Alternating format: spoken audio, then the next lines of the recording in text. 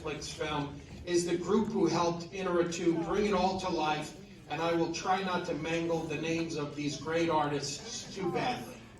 We have production designer Eugenio Caballero, whose long list of films range from Alfonso Cuarón's Roma to Guillermo del Toro's Pan Labyrinth.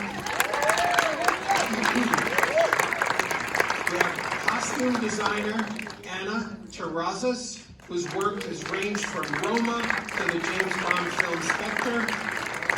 Sound designer and supervisor Martín Hernandez, who worked with the director on The Revenant, Birdman, and Amores Perros.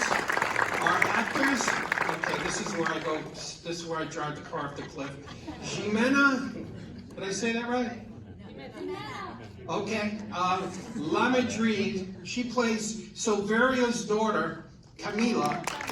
She's a young up-and-comer who I see has directed a short film herself. And now they're playing around with me and they eliminated my copy. Okay. And then we have Daniel Giménez Cacho, who plays Silverio, and who Guillermo del Toro just last night called the finest living Mexican actor. And then we have Alejandro González Iñárritu, who wrote the script with Birdman collaborator Nicholas Chronicle, and directed and produced this incredible film. Welcome all. Hey, how are you? Good.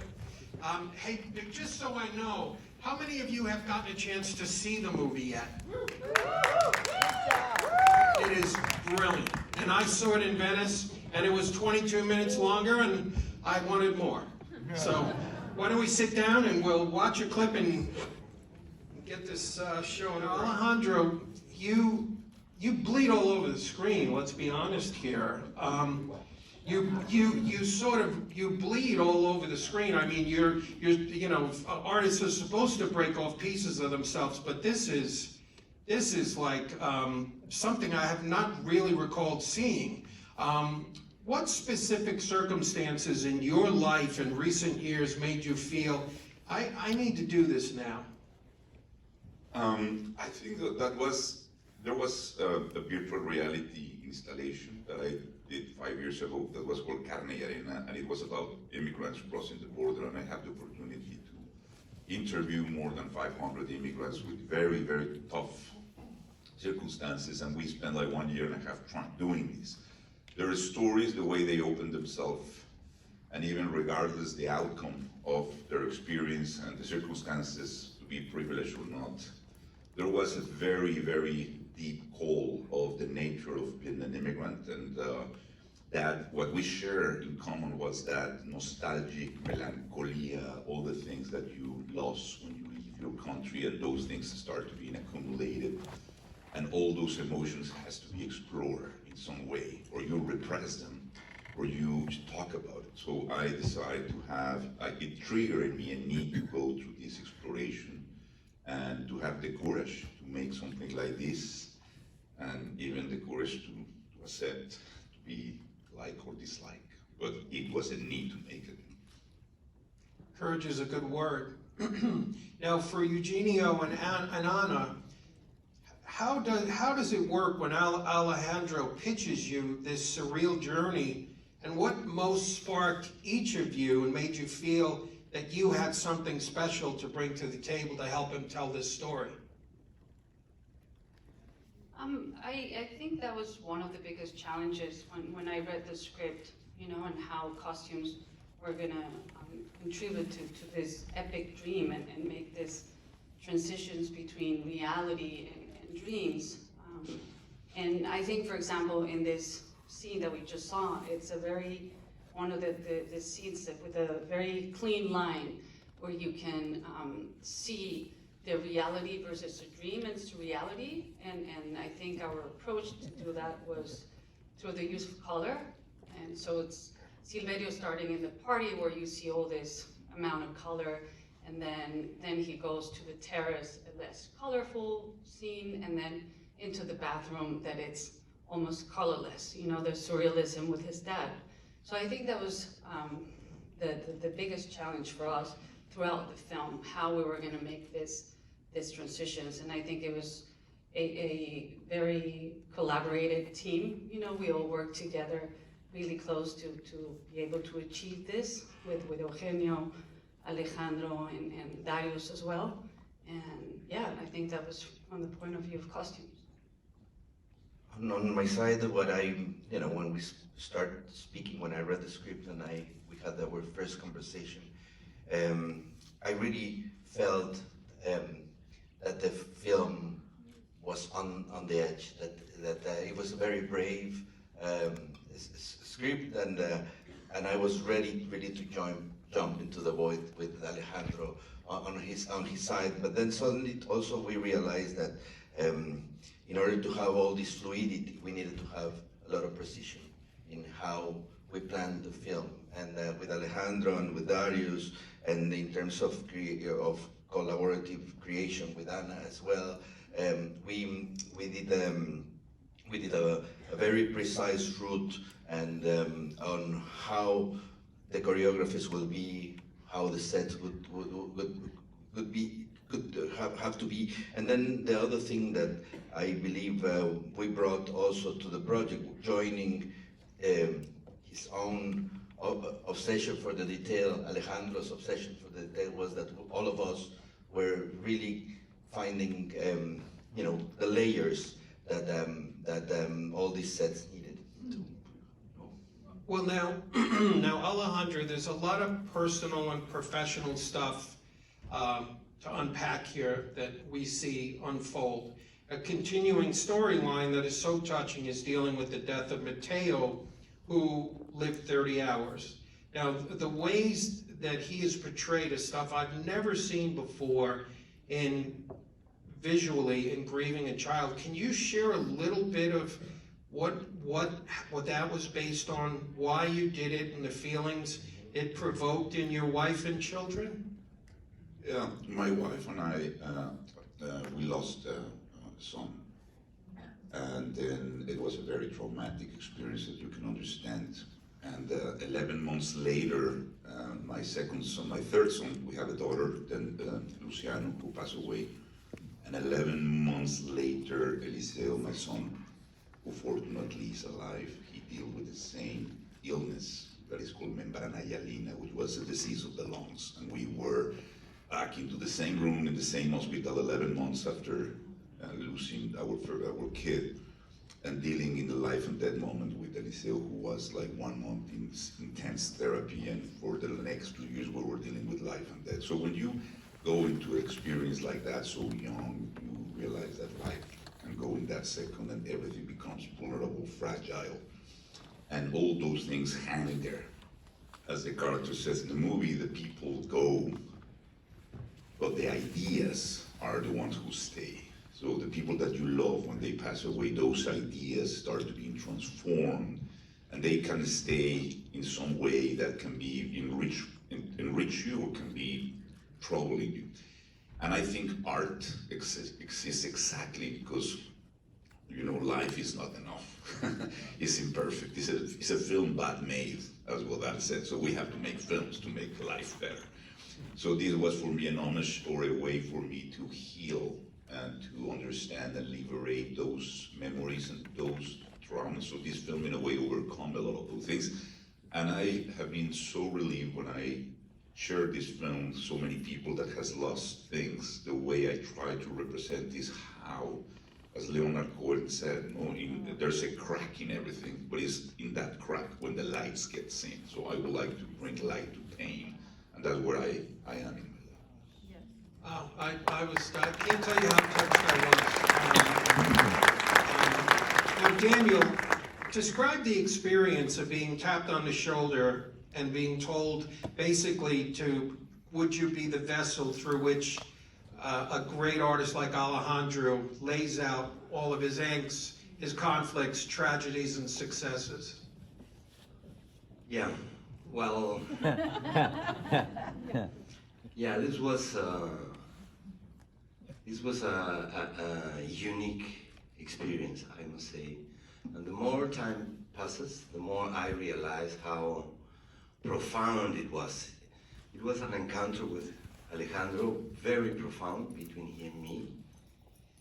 I am in the movie because he thought I was the character, because the moment I am in my life, and because he found so many coincidences between us. So once that was said, for me it was really easy, because I didn't have to build or construct a character. And although it's a personal story of Alejandro, it became very fast a personal story of me.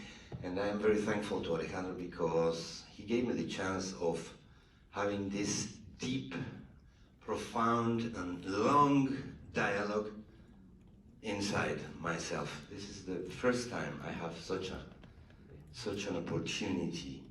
This is the closest work I've ever done to me.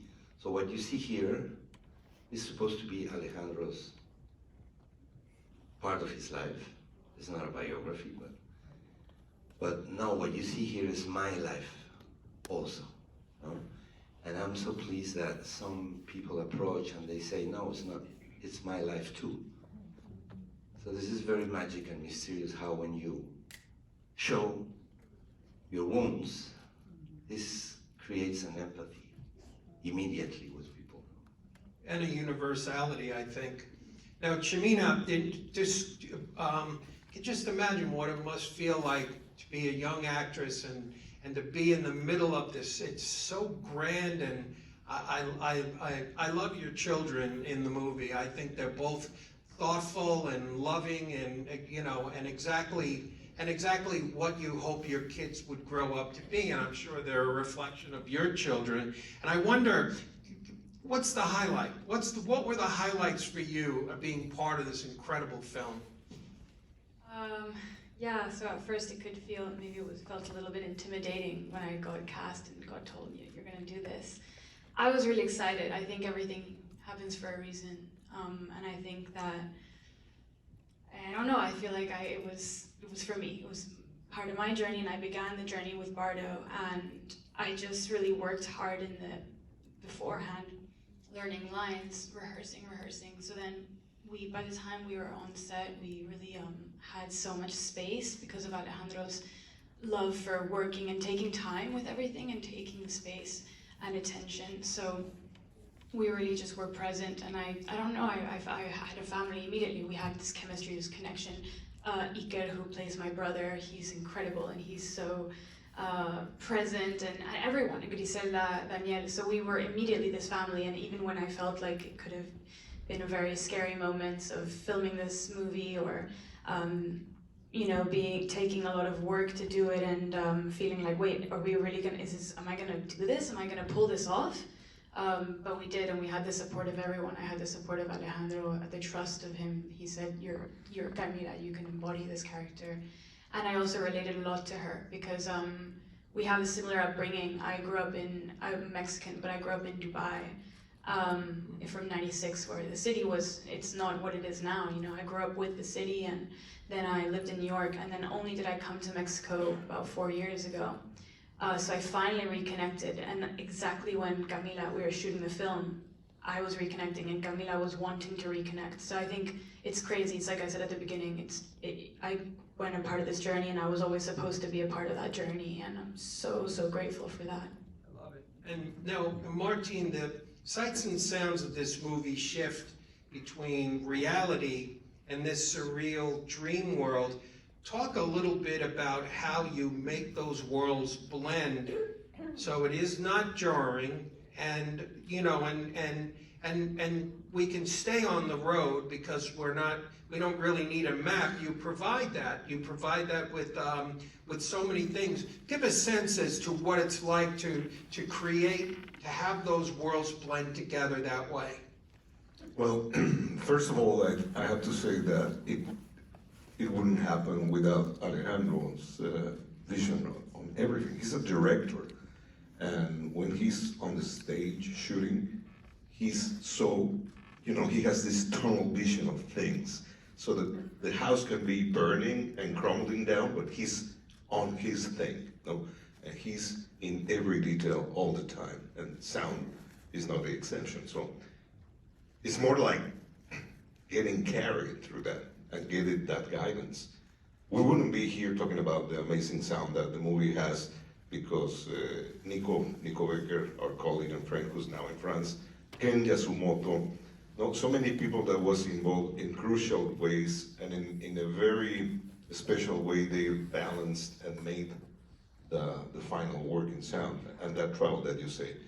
I would like to say again that to me, the film is more like a concept album. We were talking yesterday about that. I feel like you can just play the needle of the vinyl and let it go. And obviously this music thing, this soundtrack has a film. But it's a lot about getting carried away through sound. And it wouldn't be possible without these guys' necessity to go into detail over and over. Once you get to a level, you start the next level, and then you don't stop that conversation. Well, I saw the film last night. I saw it in Venice when it was 22 minutes longer, and and that scene just, and I talked to you about it before, in customs in the airport, and the degradation by a guy who himself was a minority, telling Silverio's family that they're not Americans, and there's a lot of history of Mexico and how the country's been exploited, the dangerous immigration situation and how it's gotten used by political factions in this country to foment fear. And so, and this obviously creates guilt for Silverio and his family, who have done very well for themselves. And I wonder, Alejandro, you had all this stuff to process, and you did through the movie. How do you feel coming out the other side about your Mexican identity and where you and your family fit in the world, and even what we should be feeling about people from Mexico who want to come here, and a country that was completely built on immigration and immigrants, and and the way people see people from Mexico? Well, I think that that scene of the airport is something that actually, factually, line by line happened to my wife 3 years ago, and we have had like several stories like that. And not all of the stories are bad, but I think that sometimes what I'm saying is that the treatment, the way we treat each other, even in Mexico too, there's this scene in the beach that they do not allow to come into the maze, because, so in Mexico there's something that is, I call like the pigmentocracy, depending on your pigment. So if I'm dark skinned, but if you're a little paler, it's better. So we, in a way, has been, in Mexico, we are racists and we are classicists with our own people, because it's a very diverse, it's a mixed race country with 10-15% of indigenous people, with 110 languages, differently from Spanish. So, but we have not found yet if we are Spanish or we are Indians or we are indigenous people or we are in this battle. So we are still looking for that identity that is in debate, and we are conflicted by that. And I think when Mexicans come here, sometimes they need to lose their identity in order to integrate. So I always say that when we come when you go as an immigrant, there's two processes. One of the integration and embrace everything, and the other one of disintegration, meaning that all what you were before you have to start living. And that's where Bardo is. That's only that line where you know that even if you want to return to your country, you cannot anymore because you don't belong there. And I feel that it's now, and I think when I interview these immigrants, every immigrant story is so different and so rich and so powerful that to call immigrants, the Mexicans, the rapists, that is so reducing and so insulting on the way they talk about these people that come to work. That was what I was very moved. But anyway, it's very interesting what's going on, because now I think in the world there's a third culture. There's an hybrid culture that has been emigrating in so many countries now. It's a phenomenon. I share this with many people. And the nature of the conscience of immigration, what I found now is that I struggle a lot about what is my identity Mexican here, my passport, green card, no, this, and I surrender now. Also, I mean, I understand now that I'm open now of what I'm becoming, and there is no way back. And I embrace the state of constant transformation, and the only nation I have now is my family. That's it. You don't need passport. And real quick, the rest of you, what did this awaken in you in terms of pride at your tribe, pride as, at where you came from? And I don't know, I think it's very important, but I don't think it's the way that people should be seen or marginalized or limited. But I just wonder, what did it awaken in you a little bit in terms of where you fit in the world? Personally, for me, I had never really taken time to think about where I was from, or if I had to be from here, or from there, or my parents, or where am I from, where do I connect? I was always surrounded by so many cultures, and we all fit in, and we never had any problem, with each other or any of that racism. And actually coming to Mexico, what Alejandro says came to life, and I was really culture shocked by all of that, the discrimination and so when I see the film, I like to tell people, because I've been exploring where my identity and where I'm from and starting to question, and I love to tell people, like, we want to be from somewhere, but we're all from everywhere. And what Alejandro said about the nation and also about connecting and identity is within yourself. We're everywhere we go.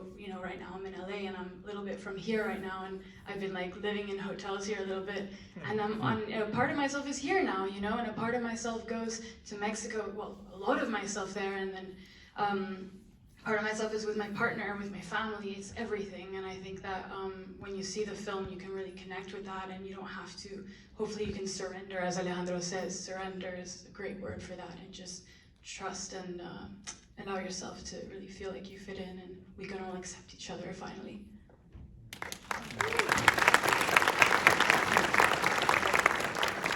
Well, yeah, me, for example, my parents are migrants from Spain, and I was born in Spain.